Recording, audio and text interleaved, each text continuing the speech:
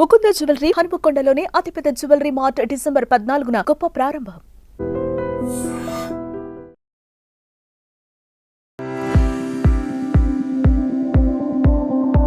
అందరికీ నమస్కారం. నేను మీ ఆయుర్వేద డాక్టర్ చిట్టిబొట్ల మధుసూదన శర్మని. మనం ఈ వీడియోలో మోకాళ్ళ నొప్పులకి చక్కటి గృహ వైద్యం అనేటువంటి అంశాన్ని గురించి తెలుసుకోబోతున్నాం. మోకాళ్ళ నొప్పులు ఈ యొక్క సమస్యని సర్వసాధారణంగా నీ జాయింట్ పెయిన్స్ అనేటువంటి పేరుతో పిలుస్తూ ఉంటారు. ఇంతకుముందు పూర్వకాలం అయితే ఏదో వయస్సు వచ్చిన తర్వాత ఈ మోకాళ్ళ నొప్పులు రావడం సర్వసాధారణంగా ఉండేది. కానీ ఈ రోజుల్లో మనకు తెలిసి తెలియక చేసేటువంటి అనేక రకాలైనటువంటి పొరపాట్ల వల్ల, వివిధ రకాలైనటువంటి ఇతర కారణాల వల్ల మరి చిన్న వయస్సులోనే, అంటే ఇంచుమించు 25 సంవత్సరాలు 30 సంవత్సరాలు దాటినటువంటి వాళ్ళల్లో కూడా ఎక్కువ మందికి ఈ మోకాళ్ళ నొప్పులు వచ్చి వేధించి, పీడించి, బాధిస్తూ రకరకాల ఇబ్బందులకు గురి చేసేటువంటి పరిస్థితి ఏర్పడుతుంది. ఈ యొక్క మోకాళ్ళ నొప్పులు సమస్య తగ్గేందుకు మనం గత కొన్ని వీడియోల్లో అనేక రకాలైనటువంటి గృహ వైద్య విధానాలు, అదేవిధంగా ఈ గృహ వైద్య విధానాల్లో కూడా కడుపులోకి ఎలాంటి ఔషధాలు సేవించాలి, అదేవిధంగా పైపూత ముందుగా ఎలాంటి ఔషధాలు తయారు చేసుకొని వాడుకోవాలి మొదలైన వివరాలు తెలియజేయడం జరిగింది. ఈ వీడియోలో మరొక ఫార్ములాని ఈ మోకాళ్ళ నొప్పుల సమస్య తగ్గేందుకు మనం తెలుసుకోబోతున్నాం. ఈ ఫార్ములా తయారీకి కావాల్సినటువంటి పదార్థాలు రెండే రెండు. శొంఠి పొడి 50 గ్రాములు తీసుకోండి. అలాగే రెండవదిగా మెంతులను వేయించి చేసినటువంటి పొడి 150 గ్రాములు తీసుకోండి. శొంఠి పొడి 50 గ్రాములు, మెంతులను వేయించి చేసినటువంటి పొడి 150 గ్రాములు. ఈ రెండు పదార్థాలు బాగా కలపడం వల్ల 200 గ్రాముల ఔషధం తయారవుతుందన్నమాట. ఈ 200 గ్రాముల ఔషధాన్ని బాగా కలిపేసేసి ఒక గాజు సీసాలో నిల్వ ఉంచుకొని రోజు ఉదయం ఆహారానికి ఒక అరగంట ముందు, అలాగే రాత్రిపూట ఆహారానికి ఒక అరగంట ముందు 1/2 టీ స్పూన్, అంటే ఇంచుమించు 2.5 గ్రామ్ ఈ యొక్క చూర్ణాన్ని ఒక ప్లేట్లో తీసుకొని, మరి షుగరు అలాంటి వాళ్ళు లేనటువంటి వాళ్ళైతే తేనెతో తీసుకోవచ్చు. అదేవిధంగా తేనె వాడదగినటువంటి వాళ్ళందరూ కూడా తేనెతో వాడుకోవచ్చు.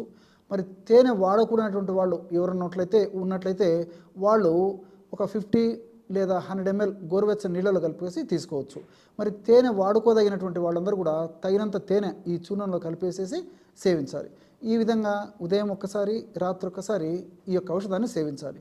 ఇలా సేవించడం వల్ల ఈ యొక్క ఔషధం మనకి ఒక 40 రోజులకు సరిపోతుంది. ఈ 40 రోజుల తర్వాత మరలా ఇదే పద్ధతిలో ఔషధాన్ని తాజాగా తయారు చేసుకుని మరలా వాడుకుంటూ ఉండాలన్నమాట. ఈ విధంగా ఈ యొక్క ఔషధాన్ని మనం దీర్ఘకాలం పాటు వాడినప్పటికీ ఎలాంటి సైడ్ ఎఫెక్ట్స్ ఉండవు. అన్నీ మనకు సైడ్ బెనిఫిట్స్ ఉంటాయి. కాబట్టి క్షేమదాయకంగా వాడుకోదగ్గ దివ్యమైనటువంటి ఔషధం మనం ఇప్పుడు చెప్పుకున్నటువంటి ఈ శొంఠి పొడి, మెంతి పొడి కలిపి తయారు చేసుకున్నటువంటి ఔషధం. ఆధునికంగా మనం ఆలోచించినప్పటికీ శొంఠిలో ఉన్నటువంటి వివిధ రకాలైనటువంటి రసాయన గుణాలు, అదేవిధంగా కెమికల్స్, అట్లే మెంతులో ఉన్నటువంటి అనేక రకాలైనటువంటి కెమికల్స్, రసాయనాలన్నీ కూడా ఈ మోకాళ్ళ నొప్పులపై ప్రత్యక్షంగా పరోక్షంగా పనిచేస్తున్నట్లు మనకు శాస్త్ర పరిశోధనల ద్వారా కూడా తెలిసింది. ఉదాహరణకు శొంఠిలో జింజరాల్, షాగోల్ అనేటువంటి అనేక రసాయన పదార్థాలు ఉంటాయి. అట్లే ఇందులో శాలిసైలేట్స్ అనేటువంటి పదార్థాలు కూడా ఉంటాయి. మనకందరికీ తెలుసు ఈ శాలిసైలేట్స్ అనేటువంటి ఈ యొక్క రసాయన పదార్థాలు ఇంగ్లీష్ వైద్య విధానంలో నొప్పులు తగ్గేందుకు వాడుతుంటారనమాట.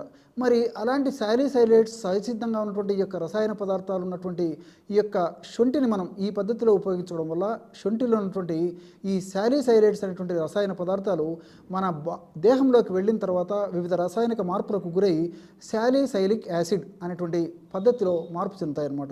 ఎప్పుడైతే ఈ శాలిసైలిక్ యాసిడ్గా ఇది మార్పు చెందుతుందో అప్పుడు నొప్పిని తగ్గించేట గుణం చాలా సమర్థవంతంగా ఉండేందుకు అవకాశం ఏర్పడుతుందన్నమాట. కాబట్టి మనం దీర్ఘకాలం పాటు వాడినప్పటికీ ఎలాంటి సైడ్ ఎఫెక్ట్స్ లేకుండా ఈ యొక్క శొంఠి మనకు చాలా చక్కగా ఉపయోగపడుతుంది. అట్లే మెంతుల గురించి ఆలోచించినట్లయితే మెంతుల్లో ఆల్కలాయిడ్స్, ఫ్లావనాయిడ్స్, సాపనిన్స్, లినోలిక్ యాసిడ్ ఇలాంటి అనేక రకాలైనటువంటి రసాయన పదార్థాలు ఈ యొక్క మోకాళ్ళ నొప్పులు తగ్గేందుకు చాలా చక్కగా ఉపయోగపడతాయి. ఇందులో ఉన్నటువంటి ఆల్కలాయిడ్స్, అదేవిధంగా ఫ్లేవనాయిడ్స్, ఈ సాపనిన్స్ అనేటువంటి రసాయన పదార్థాలన్నీ కూడా యాంటీ ఇన్ఫ్లమేటరీ ఏజెంట్గా పనిచేస్తాయి. యాంటీ ఇన్ఫ్లమేటరీ ఏజెంట్స్ అంటే సర్వసాధారణంగా నొప్పులు ఉన్నటువంటి పరిస్థితుల్లో, అదేవిధంగా మోకాళ్ళ నొప్పులు ఉన్నటువంటి పరిస్థితుల్లో ఆ భాగంలో ఇన్ఫ్లమేషన్ అనేటువంటి ప్రక్రియ జరుగుతూ ఉంటుందన్నమాట. ఆ ఇన్ఫ్లమేషన్ అనేటువంటి ప్రక్రియ జరిగేటప్పుడు ఆ ప్రక్రియలో భాగంగా ఆ భాగంలో TNF ఆల్ఫా, సైటోకైన్స్, ప్రోస్టాగ్లాండిన్స్ ఇలా అనేక రకాలైనటువంటి రసాయన పదార్థాలు హానికారకంగా ఉత్పత్తి అయ్యి అదేవిధంగా హానికారకమైనటువంటి రసాయనిక పదార్థాల యొక్క ప్రభావం చేత నొప్పి, పోటు, సలుపు, బాధ, అసౌకర్యం ఇలాంటివన్నీ కూడా కలుగుతుంటాయి. మరి ఈ మెంతుల్లో ఉన్నటువంటి ఈ యొక్క రసాయన పదార్థాలు ఈ యొక్క ఇన్ఫ్లమేషన్ అనేటువంటి పరిస్థితిని తగ్గించడమే కాకుండా ఆ ఇన్ఫ్లమేషన్ వల్ల ఉత్పత్తి అయ్యేటువంటి ఆ యొక్క చెడు హానికారకమైనటువంటి పదార్థాల యొక్క శక్తిని కూడా నిర్వీర్యం చేసేటువంటి పరిస్థితి ఏర్పడుతుంది. అదేవిధంగా ఈ శాపనిన్స్ అనేటువంటి రసాయన పదార్థాలు కూడా సహజసిద్ధంగా స్టిరాయిడల్గా ఏజెంట్గా పనిచేస్తాయి అన్నమాట. మరి ఆధునిక వైద్య విధానంలో తప్పని పరిస్థితుల్లో వైద్యులు కూడా కొన్ని స్టిరాయిడ్స్ ఔషధాలు ఈ యొక్క సమస్య తగ్గేందుకు సూచిస్తుంటారు. మరి అలాంటి స్టిరాయిడ్స్ మరి వైద్యులు కూడా కొన్ని రోజుల పాటే వాడమని చెప్తారు, కానీ దీర్ఘకాలం పాటు వాడమని చెప్పరు. కారణము దానివల్ల వివిధ రకాలైనటువంటి సైడ్ ఎఫెక్ట్స్ వస్తాయి. కానీ సహజసిద్ధంగా మనం ఇలాంటి పద్ధతిలో వాడుకున్నటువంటి ఈ న్యాచురల్ స్టిరాయిడ్స్ ఎలాంటి సైడ్ ఎఫెక్ట్స్ కూడా ఉండవన్నమాట. అంతేకాకుండా ఇందులో మరొక ప్రత్యేకత ఏంటంటే ఈ యొక్క సాపోనిన్స్ యొక్క మరొక ప్రత్యేకత మన దేహంలో ముఖ్యంగా జీర్ణ వ్యవస్థలో కొవ్వును జీర్ణం చేసేటువంటి లైపేస్ అనేటువంటి ఎంజైమ్ యొక్క ఉత్పత్తిని తగ్గించేస్తుంది అన్నమాట. ఎప్పుడైతే ఎంజైమ్ యొక్క ఉత్పత్తి తగ్గిపోతుందో మనం తీసుకునేటువంటి ఆహార పదార్థాల కొవ్వు శాతం కూడా త్వరగా జీర్ణం కాకుండా లేటుగా అవడమే కాకుండా అది బయటికి విసర్జించేందుకు కూడా ఉపయోగపడుతుంది. కాబట్టి ఈ రోజుల్లో మనం చాలామందిని గమనిస్తూనే ఉంటాం, స్థూలకాయల్లో ఈ సమస్య మరీ ఎక్కువగా ఉంటుందన్నమాట. మరి వెయిట్ తగ్గేందుకు కూడా పరోక్షంగా ప్రత్యక్షంగా ఈ యొక్క మెంతులు ఉపయోగపడతాయి.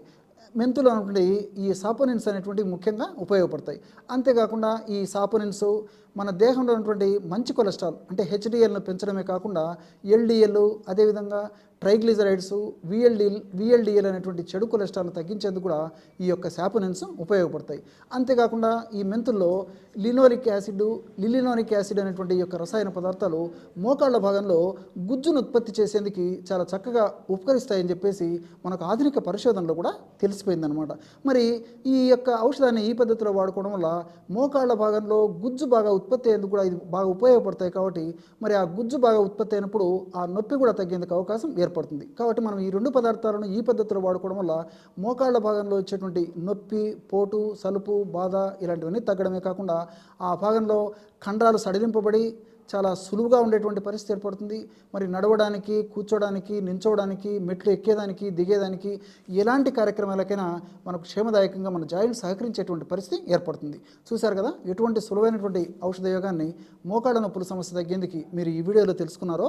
మరొక వీడియోలో మరొక అంశంతో మళ్ళీ కలుద్దాం. అంతవరకు నమస్కారం. మీ చిట్టిబొట్ల.